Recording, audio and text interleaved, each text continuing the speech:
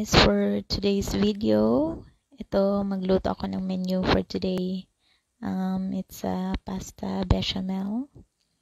Yun yung giniling na karne with the vegetables para sa mga bata, 'di ba? Maganda 'yun. Tapos ayan, may pasta na ako. Nakapagluto na ako niyan. So yan na. Nilagay ko na yan lahat. And on top is mozzarella cheese. Ayan. Ready to cook na. So, this is it. Lagay ko na sa oven. Ayan. Antayin na lang siyang maluto. Ayan. Tadan!